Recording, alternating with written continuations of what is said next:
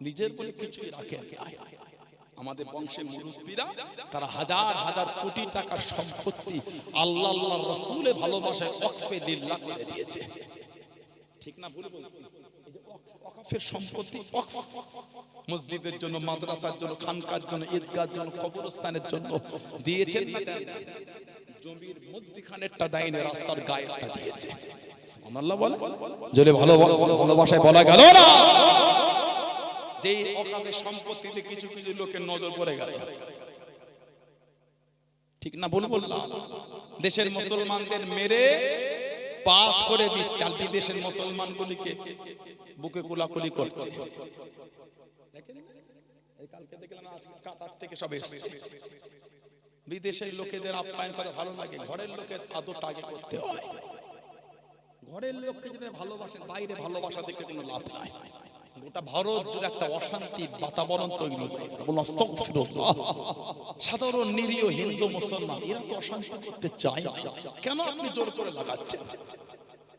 ঠিক না ভুল বলছি? সাধারণ হিন্দু মুসলমান তো এরা তো অশান্তি চায় না, আপনি লাগাচ্ছেন কেন? আপনাদের আমডাঙ্গা থানা এলাকায় যত মাদ্রাসা আছে, হাই মাদ্রাসা বলেন, সিনিয়র বলেন, যত টিচার আছে, শিক্ষিকা আছে, শিক্ষক আছে, খোঁজ নিয়ে দেখবেন মানে হিন্দু ভাই বোনও চাকরি করছে। ঠিক না ভুল বলছি? এই কদিন আগে কে যেন একটা নোংরা লোক বলল মাদ্রাসায় সব জঙ্গি তৈরি হয়, তাহলে ওই মাদ্রাসায় হিন্দু ভাই বোন কোন চাকরি করছে? কথা বলছেন? এত তোমার নোংরা মনোভাব, একটা শিক্ষা জায়গাকে এত নোংরা কথা বললে। যদি কোনো মাদ্রাসায় নোংরা ট্রেনিং হয়ে থাকে অন্যায় হয়েছে, যদি কোনো স্কুলে নোংরা ট্রেনিং হয় ওটাও অন্যায় হয়েছে। তাহলে মাদ্রাসার নাম উঠছে কেন? কি বলে? মাদ্রাসা, স্কুল, কলেজ বলে না, যেখানে নোংরামি হবে ওটাই অন্যায়। ধর্ম থেকে শাস্তি দিতে হয় না, অন্যায় থেকে শাস্তি দিতে হয়। বন্যা ঠিক বলছি? ধর্ম থেকে নয়, অন্যায় থেকে শাস্তি। কি শুরু করে দিলে?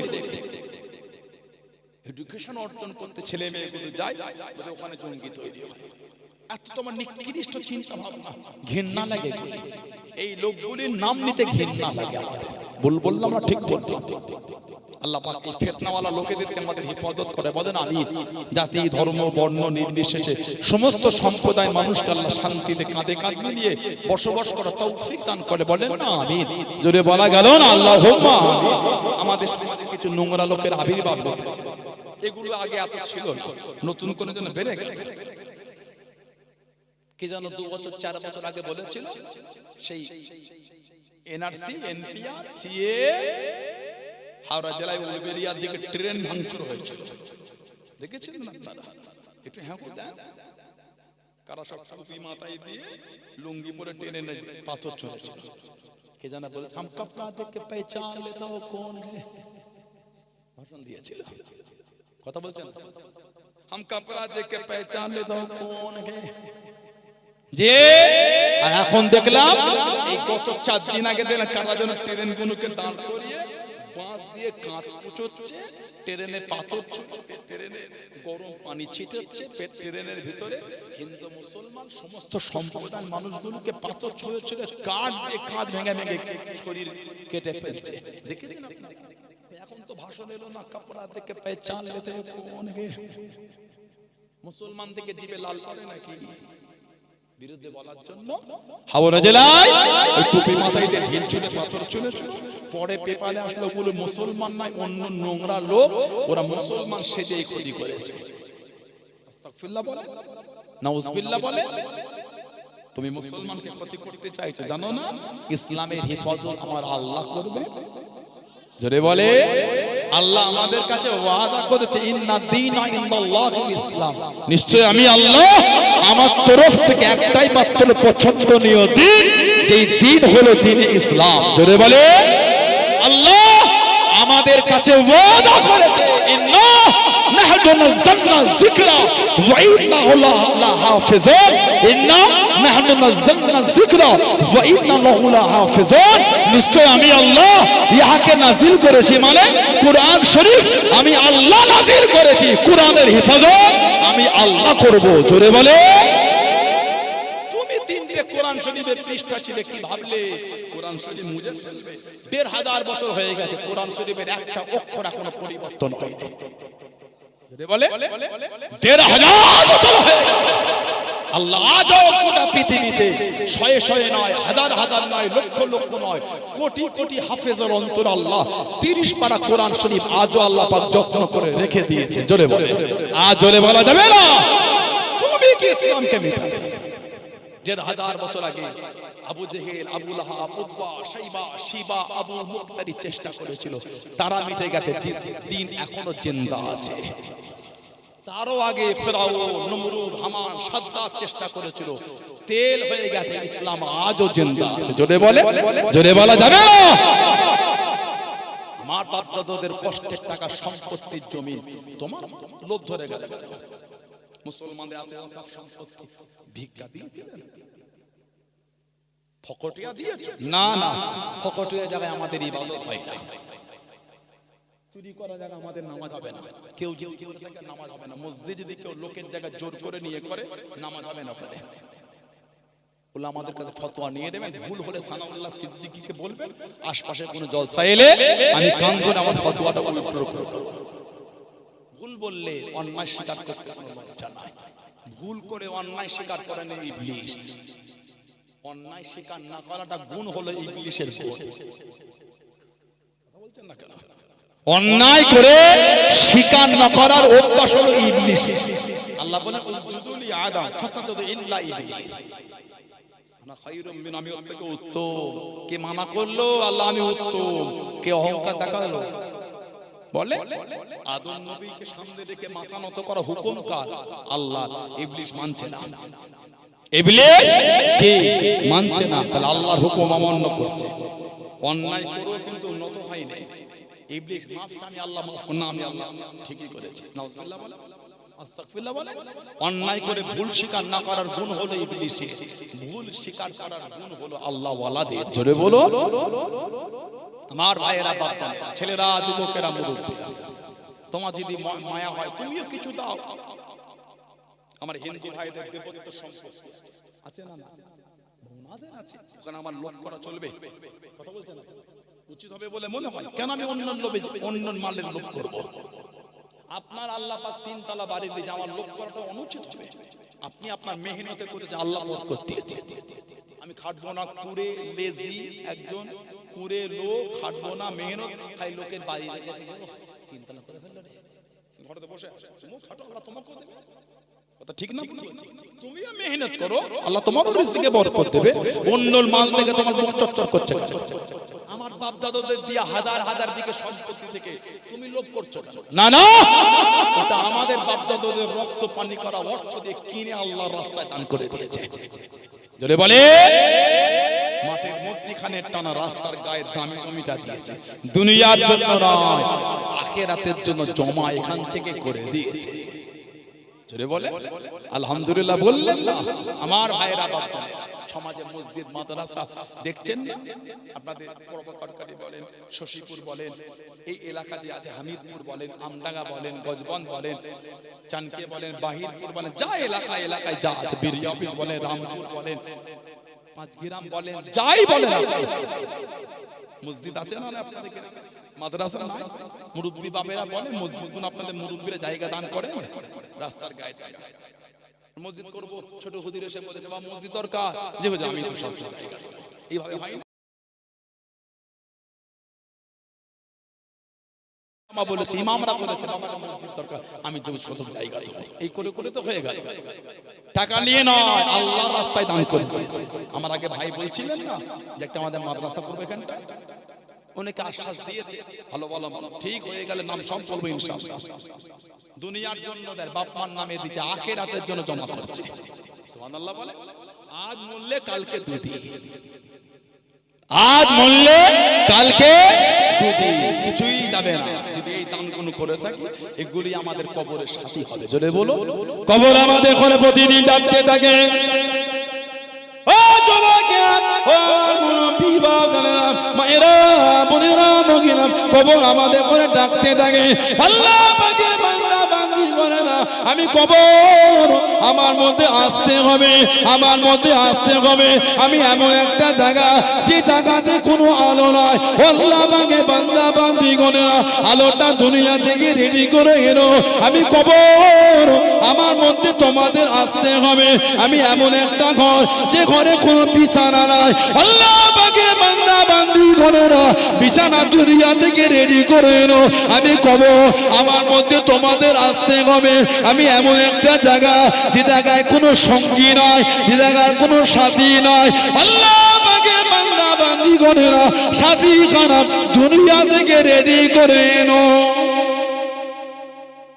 আমডাঙ্গা এলাকায় কবরের লাইট ভিতরে ডুম দেন নাকি আপনারা? অন্ধকার কবর বলে আমার মধ্যে কোনো আলো না, আলোটা দুনিয়া থেকে। আলোটা কি? ওটা হলো নেক আমল। আল্লাহ আমাদের কবরটা নূর, আল্লাহ নূর করে দেবে। কবরের কোনো বিছানা না, বিছানা দুনিয়া থেকে এলো। বিছানা ওটা হলো নেক ইবাদত। আল্লাহ আমাদের জান্নাতের বিছানা বানিয়ে দেবেন। জোরে বলো। কবরের কোনো সাথী না, আল্লাহ আমাদের কবরের সাথী আমাদের আমলগুলিকে বানিয়ে দেবেন। জোরে বলো আলহামদুলিল্লাহ। বলেন বলেন আল্লাহুম্মা আমিন। আজ বললে কালকে দুদিন টাকালে কবরে যাবেন, কেউ যাবে না। যদি আল্লাহ আল্লাহ রাসূলের ভালোবাসায় আল্লাহর রাস্তায় মাদ্রাসা, মসজিদ, খানকা, ঈদগাহ, কবরস্থানের জন্য 1 বিঘে 2 বিঘে 200 100 জায়গা দিতে পারেন, যাবেন এটাই আখিরাতের জন্য জমা হয়ে গেল।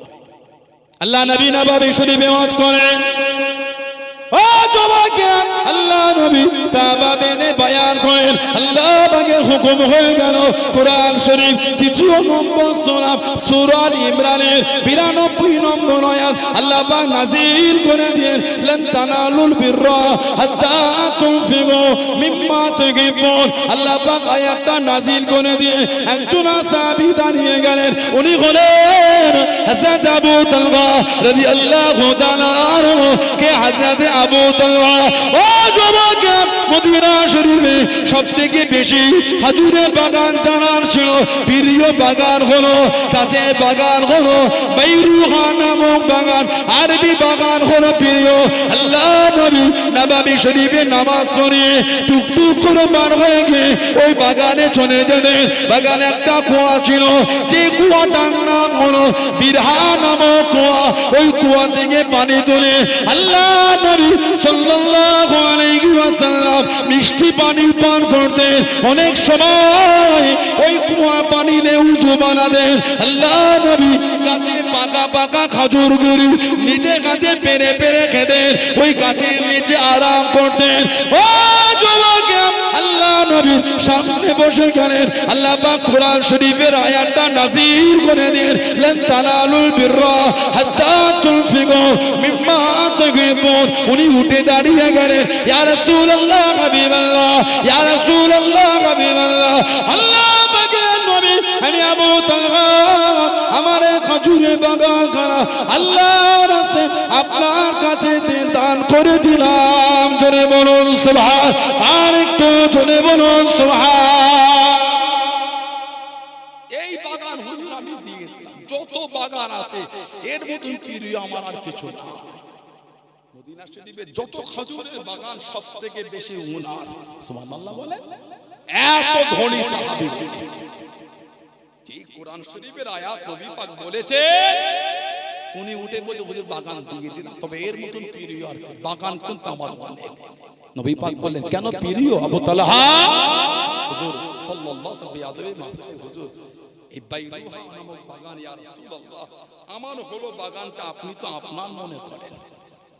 নামাজ পড়িয়ে বাগানে যান, ঘোরেন, ওই বিরহা নামক কুয়ার পানি তুলে মিষ্টি পানি পান করেন, উযু করেন, গাছের খাজুরগুলি পেরে পেরে খান, গাছের নিচে আরাম করেন। এর থেকে আমার জীবন আর কিছু কি প্রিয় হতে পারে? বাগান আমার অনেক আছে, কোন বাগানে আপনি যান না, এই বাগানটাতেই যান। সুবহানাল্লাহ বলবেন না? হুজুর বাগান আরো এর মতন প্রিয় নয়। কেন? বাগান আমার হলো, আপনি তো আপনার মনে করেন। জোরে বলবেন না সুবহানাল্লাহ। আমার নবী বলেন, আবু তালহা বাগানটা অনেক দামি, আমি দিয়ে দিলাম। আমার নবী খুশি হয়ে বললেন, আল্লাহর দরবারে জমা হয়ে গেল। এবার নবী বলে, আমি নবী তোমার হাতে তুলে দিলাম, তুমি এই বাগান তোমার গরিব আত্মীয় স্বজনদের মধ্যে বন্টন করে দাও। উনি ওনার চাচাতো ভাই বোন আত্মীয়দের মধ্যে ওই বাগানটা বন্টন করে দিয়েছিলেন। জোরে বলো, আল্লাহর রাস্তায় দান করেছেন, আকফিলিল্লাহ, আল্লাহ রাস্তায় দিয়েছেন। আমাদের মুরব্বীরা এমনি দেন না, আখিরাতের জন্য জমা করেছেন। ঠিক না ভুল বলছি? সেই রক্ত আপনাদের শরীরে প্রবাহিত আছে না? না। লজ্জা লাগে কখন জানেন? যখন জুমাই মসজিদে ছিনা নোট পাওয়া যায়। আমডাঙ্গা এলাকায় মসজিদে ছিনা নোট কি বলে, আহা, হাসি লাগছে, আপনাকেও লাগছে, আমাকেও লাগছে। ভেবে দেখেন তো, শুক্রবারে জুমার দিন সামনে সে বাক্স ঘরে যে যার মতন সন্তান আসরের আগে বা পরে কমিটিরা বসে করে গুছিয়ে গুছিয়ে গুনে হিসাব করে দেখে যখন গুছো দু চারটার মধ্যে কাটা কাটা পাওয়া যায়। কে দিল? যেন দেয় না, ভূতো দেয় না, আমাদের মধ্যেই কেউ দিল। আহা, যে টাকাটা বাজারে নাই না, সবজিওয়ালা, টোটোওয়ালা, অটোওয়ালা, টেকাওয়ালা, বাসাওয়ালা, ট্রেনের টিকিট কেউ নাই, মুসাফিরকে দেবেন, ফিরিয়ে দেবে। ও চাচা ছিঁড়া দিলে মুসাফিরা ছোট 1 টাকার কয়েন নাই না, এই অচল হয়ে গেল না।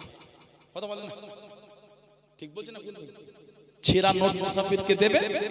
চাচা গরিব টাকা ছেঁড়া দিলে ভালো পারো দাও, ওই আর 10 টাকা নেই রে, খুচরো 6-7 টাকা তুমি তাই দাও, ছেঁড়া দিও। 10 টাকা ফিরিয়ে 7 টাকা নিল, 3 টাকা লাভ হলো না লস হলো? 3 টাকা লস করবো, ছেঁড়া দেবো না। ঠিক বলছে না ভুল বলছি? যেটা কেউ নাই, ঘুরিয়ে ঘুরিয়ে ম্যানি ব্যাগের সাইডে রেখেছে, শুক্রবারে মসজিদে দেবো।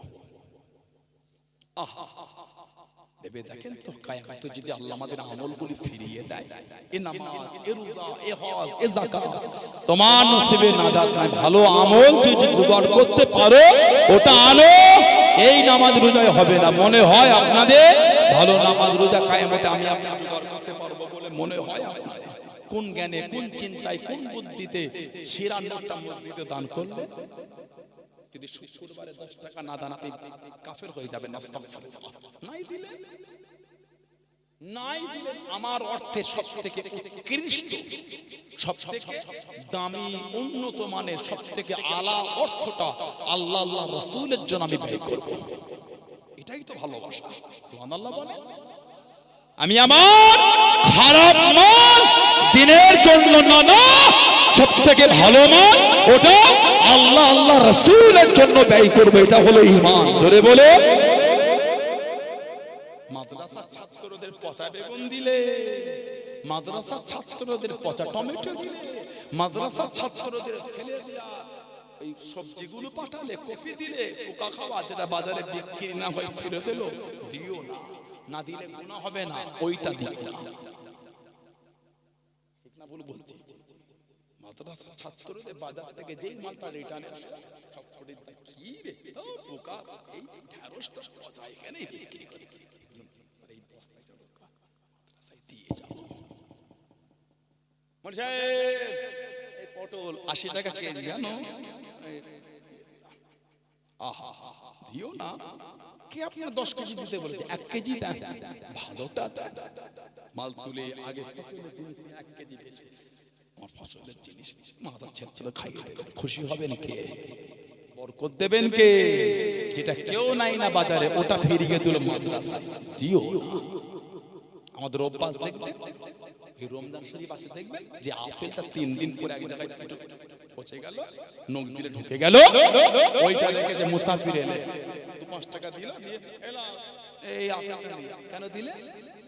ভালো পারা দেন, দান করছেন। খারাপ দান করলেন কেন? নেকি খারাপ নেবেন? নেকি তো পুরো নেবেন। কথা বলছেন না কেন? নেকি তো খাওয়া নেকি নেবেন, ভাঙা নেকি নেবেন না পুরো নেকি নেবেন? খারাপ দিলেন কেন? আপনি তো 5 টাকা দেন, ফল নাই দিলেন, গুনাহ হবে না। ভালোবাসা যদি দেন, মা এটা দেখো একটু পচে গেছে, যদি তোমার ইচ্ছা হয় নিয়ে যাও, না হলে আমি জোর করবো না, গুনাহ হবে না। বুঝতে পেরেছেন? এটাই খেয়ে গেল, যদি তোমার ইচ্ছা হয় না, না দিলে না, আমি জোর করবো। এই রাখা আছে, আমি এটা নেবো না, যদি তোমার ইচ্ছা হয় না, যদি এই বলে দেন, আপনার গুনাহ হবে না। আর যদি ওকে ঠকিয়ে দেন, এলা খাবে, ওহ কত দোয়া করে দিল বলেন তো, আমাকে ফল দিয়ে আল্লাহ বরকত দাও, এ দাও।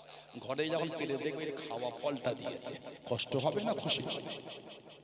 এগুলো ঠিক না। আপনি আপনি যদি গরিব হতেন, আমি যদি গরিব হই, ওই গরিবটা বাড়ি আমি আপনি ভিক্ষা করতে যেতাম?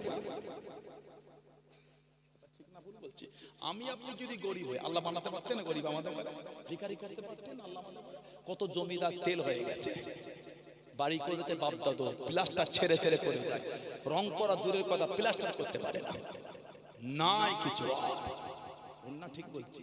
আল্লাহ আমাদের হালাল মালে ভালো, আল্লাহ আমাদের গুলবুদের তৌফিক দান, আল্লাহ আমাদের শয়তানের ধোঁকা থেকে দূরে রাখে, আল্লাহ আমাদের অহংকার থেকে দূরে রাখে। বলুন আল্লাহুম্মা আমিন। যদি বলেন আল্লাহুম্মা।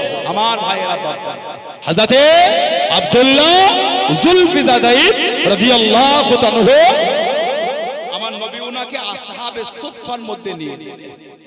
নবাবে শরীফে এতদূর কোরআন শরীফ তেলাওয়াত করতেন, সাহাবারা নবী পাকের দরবারে বিচার দিতেন সাল্লাল্লাহু আলাইহি ওয়াসাল্লাম। হুজুর একটু ওনাকে বলে দেন না, উনি এতদূর কোরআন শরীফ পড়ে, আমাদের নামাজে অসুবিধা হয়, কেউ সুন্নাত পড়েন, কেউ নফল পড়েন, কেউ কোরআন শরীফ পড়েন, কেউ ওয়াজিফা করেন।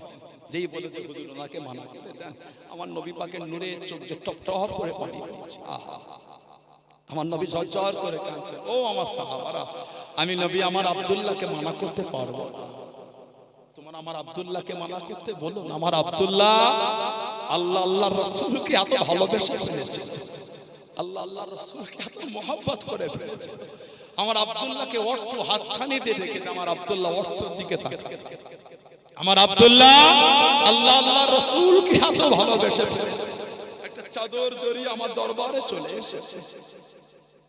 আমার আব্দুল্লাহ দিনের জন্য উলঙ্গ হয়ে গেছে, আমার আব্দুল্লাহকে মানা করো না। আমার আব্দুল্লাহ আল্লাহ আল্লাহ রাসূল এত ভালোবেসে ফেলেছে, আমার আব্দুল্লাহকে উলঙ্গ করে দিয়েছে, ওকে অর্থ হাতছানি দিয়ে রেখেছে, কোনো দিকে তাকায় না, একটা চাদর জড়িয়ে আমি নবী আমার দরবারে চলে এসেছে, ওকে মানা করো না। ইতমিনানের সাথে আল্লাহ পাকের কোরআন শরীফটা তোমরা তেলাওয়াত করতে দাও। জোরে বলুন না, আজ জোরে বলা গেল না। একটা চাদর জড়িয়ে আমার কাছে এসেছে, এটা হলো সাহাবাদের মানা, এমনি আপনাদের ইজ্জত না। আমার নবীর একটা সাহাবী ছিলেন হযরত মুসআব বিন উমাইর রাদিয়াল্লাহু তাআলা, এত ধনী ঘরের ছেলে ছিলেন। কিতাবে এসেছে মক্কা শরীফে উনি যে জামাটা একবার জীবনে পরেছে, দ্বিতীয়বার আর গায়ে দেয়নি। ওহ, এত জমিদার ঘরের সন্তান, যে কাপড়টা একবার গায়ে তুলেছে, দ্বিতীয়বার আর গায়ে দেয়নি। সুবহানাল্লাহ বললেন না, এত জমিদার ঘরের ছেলে।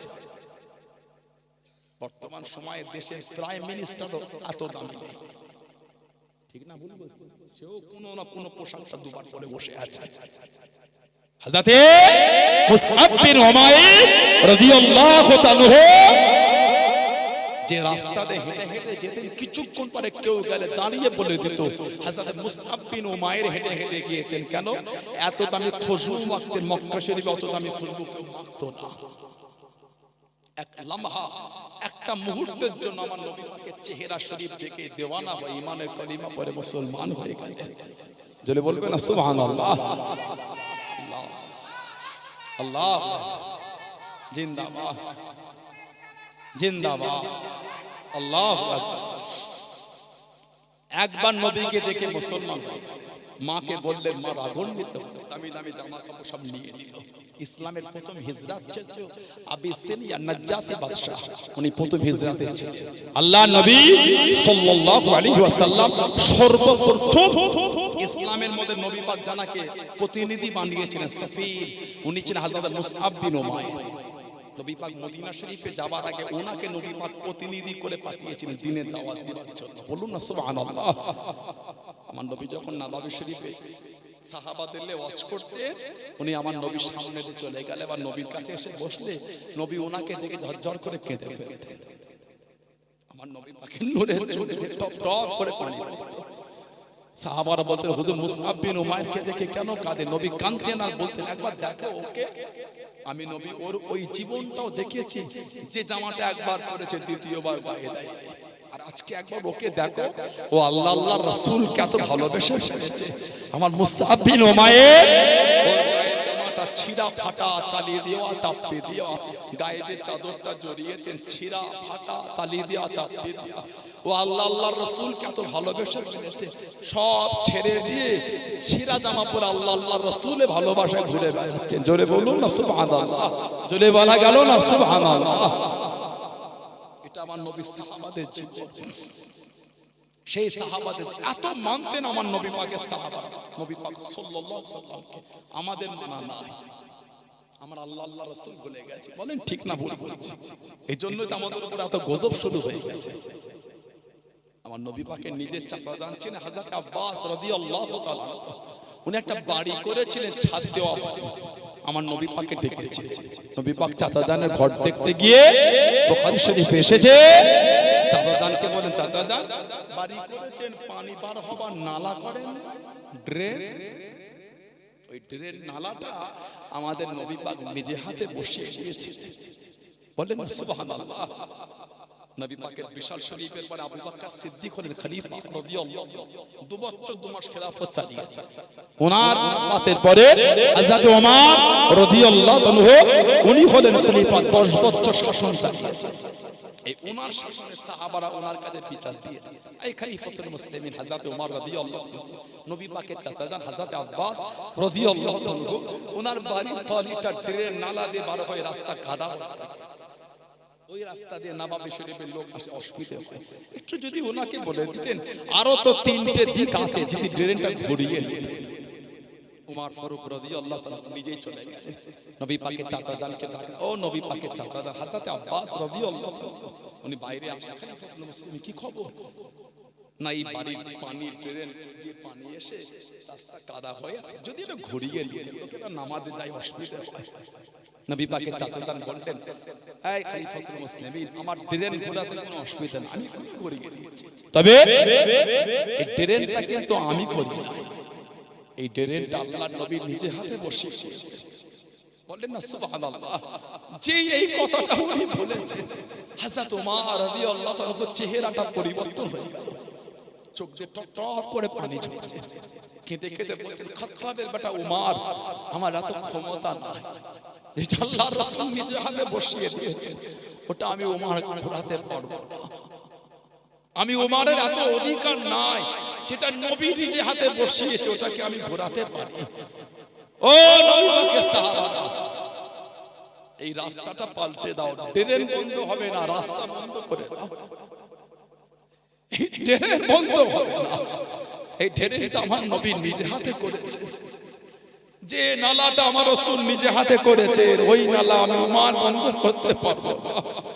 নবী পাকের সাহাবারা, এই রাস্তাটা পাল্টে দাও, এই রাস্তা বন্ধ করে রাস্তা অন্য দিক থেকে করে দাও, এই নালা বন্ধ হবে না, নালাটা আমার রাসূলুল্লাহ নিজে করেছেন। জোরে বলুন না, আজ জোরে বলা গেল না। এটা হলো সাহাবাদের মানা, এটা হলো সাহাবাদের ভালোবাসা। সেই রাস্তায় আমাদের মুরব্বীরা চলেছেন না চলে? বলেন একটু হ্যাঁ বলতে, আমাদের চলা কোথায়? জীবনটা ঠিক করে, জীবন পরিবর্তন করে, আল্লাহ ওয়ালার ভালোবাসা এসেছে, ওলিদের মহব্বতে এসেছে, ভালো হয়ে ঘরে যান। যদি ভালো নাই বাঁচতে পারলাম, এত কষ্ট করে আমরা বসতাম না। ঠিক না ভুল বলছি? বলে দেখেন চটের দিকে তাকিয়ে দেখেন, নোংরা কত লোক চট পায়, আহা কতজন বসার একটা চট পায়নি, ধুলোতেই বসে আছে। কেন বলেন তো? আল্লাহ আল্লাহ রাসূলের ভালোবাসায়, ওলি আল্লাহর ভালোবাসায়। জোরে বলো, জোরে বলা গেল না। আল্লাহ আল্লাহ এই বসাকে আপনি কবুল করে নেন, আল্লাহ বলেন না আমিন, জোরে বলেন আমিন, জোরে বলেন আল্লাহুম্মা আমিন। একটু দরুদ শরীফ আল্লাহুম্মা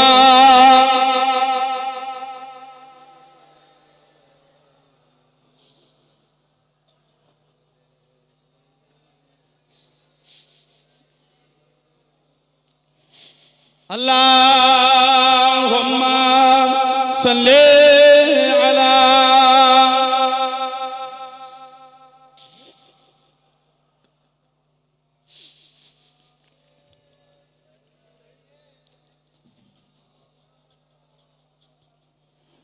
ইয়া রাসূলাল্লাহ, ইয়া হাবিবাল্লাহ, ইয়া রাসূলাল্লাহ, ইয়া হাবিবাল্লাহ, মুহাম্মদ ইবনে আবদুল্লাহ, মুহাম্মদ ইবনে আবদুল্লাহ, মুহাম্মদ ইবনে আবদুল্লাহ, মুহাম্মদ ইবনে আবদুল্লাহ, الله يا رسول الله يا رسول الله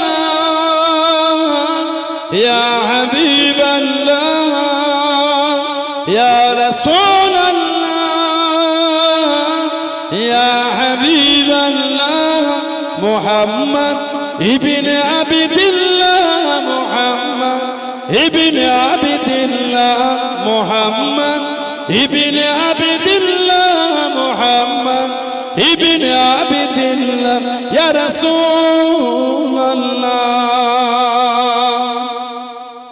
محمد ابن عبد الله ويا قارئ كتاب الله محمد ابن عبد الله ويا قارئ كتاب الله عليك قبة الخبرة تجاهد في سبيل الله عليك قبة الخبرة تجاهد في سبيل الله يا رسول الله يا رسول الله يا حبيب الله يا رسول الله يا حبيب الله محمد ابن عبد الله محمد ابن عبد الله محمد ابن عبد الله محمد ابن عبد الله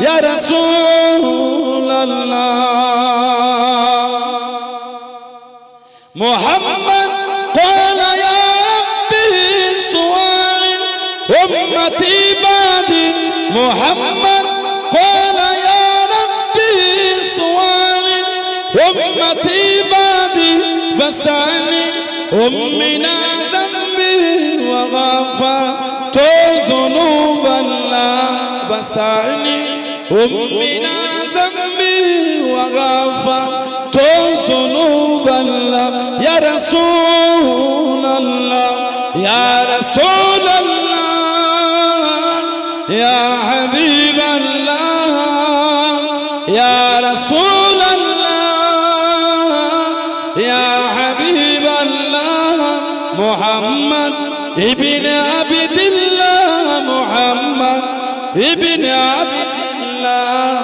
محمد ابن عبد الله محمد ابن عبد الله يا رسول الله اللهم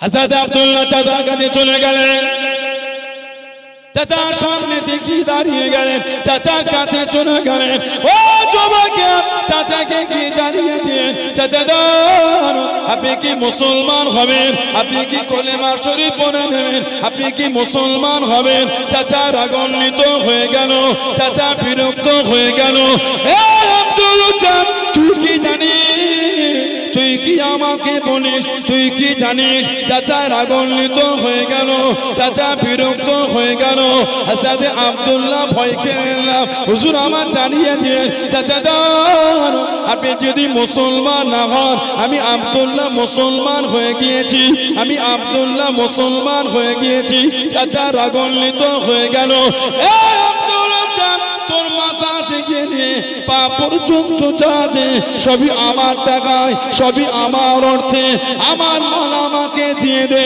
আমার মাল আমাকে ফিরিয়ে দে হযরত আব্দুল্লাহ একটা একটা করে খুলতে খুলতে উলঙ্গ হয়ে গেলেন বস্ত্রহীন হয়ে গেলেন শরীরে সুতো বলতে কিছু নাই শরীরে কাপড় বলতে কিছু নাই কাঁদতে কাঁদতে মায়ের কাছে কি দাঁড়িয়ে গেলেন আম্মা জান চাচা আমার সব নিয়ে নিয়েছে আমি আব্দুল্লাহ মুসলমান হয়ে গিয়েছি আমি আব্দুল্লাহ মুসলমান হয়ে গিয়েছি ও আমার আম্মা জান এই উলঙ্গ অবস্থায় আল্লাহ নবীর কাছে যেতে পারবো না আল্লাহ নবীর সামনে যেতে পারবো না আম্মা জান একটা চাদর কি আমাকে দেবেন একটা বস্ত্র কি আমাকে দেবেন ও আমার আম্মা জান যে চাদরটা কানটা জড়িয়ে নিয়ে আল্লাহ নবীর সামনে চলে যাব।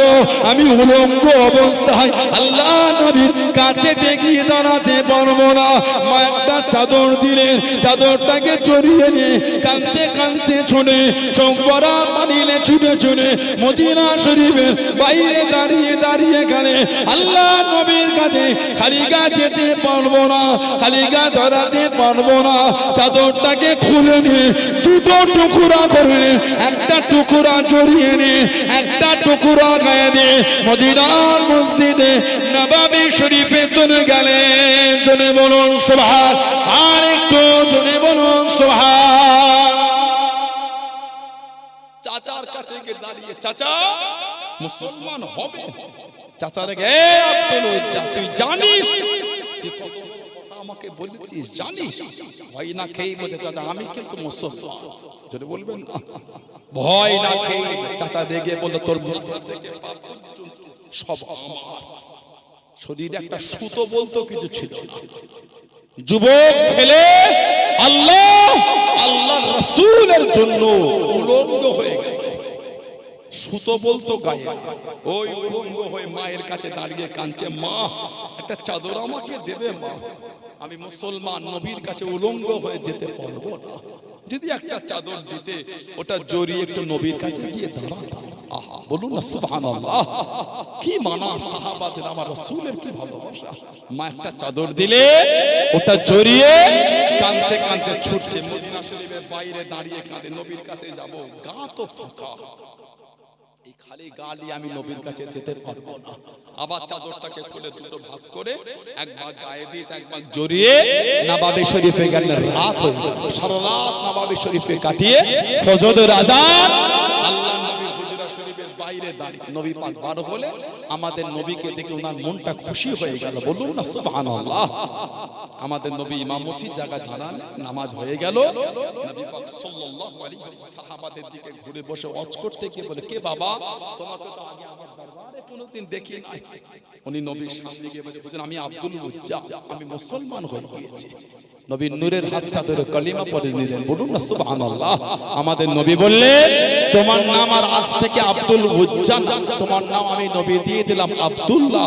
তুমি হলে আল্লাহর গোলাম, আল্লাহর দাস, আল্লাহর বান্দা। বলুন না সুবহানাল্লাহ। সাহাবারা জানাকে ডাকতেন জুলবিজাদাইন। ওই যে চাদরটা দুটো ভাগ করেছিলেন, ওটা যেদিন সাহাবাদের শুনিয়েছিলেন সেদিন থেকে ওনাকে সাহাবারা বলতেন জুলবিজাদাইন, মানে দুই চাদর বলা। বলুন না সুবহানাল্লাহ। আল্লাহ নবী ওনাকে আসহাবে সুফফার মধ্যে নিয়ে নিলেন। যারা হজ বা উমরা করেছেন জানেন, আমার নবী পাকের রওজা শরীফের সাথে একটা বড় চাতান আছে, ওটা হলো আসহাবে সুফফা। গরীব গরীব সাহাবারা ওইখানে থাকতেন। এই আসহাবে সুফফার একটা সদস্য ছিলেন হযরত আবু হুরায়রা রাদিয়াল্লাহু তাআলা। মারওয়ানে জামানা, মারওয়ান বাদশা মারওয়ানে জামানায় জানাকে কিছু হাদিয়া পাঠিয়েছেন 100 দিরহাম। মারওয়ানে জামানায় আবু হুরায়রা হুজুরকে রাতে দিয়েছে, সকালে আবার লোক পাঠিয়েছে, বলছে ওটা আপনার নয়, ভুলে দিয়ে গেছে, ওটা অন্যজনের ফেরত দেন। যেই বলেছে চোখ দিয়ে টপ টপ করে পানি ঝরছে, কাঁদছে। এই হযরত আবু হুরায়রা, কেন কাঁদেন আপনি? হুজুর কেঁদে কেঁদে বলেন, কালকে রাতে যখন আমাকে দিয়েছিল ওটা আমি আমার মনে করে আমি তো গরিবদের দিয়ে দিয়েছি, ওটাকে আমার কাছে নাই, আমি সব দান করে দিয়েছি। জোরে বলবেন না সুবহানাল্লাহ। আজকে যে বাদশা চায়, আমি তো আর গরিবের থেকে চাইতে পারবো না।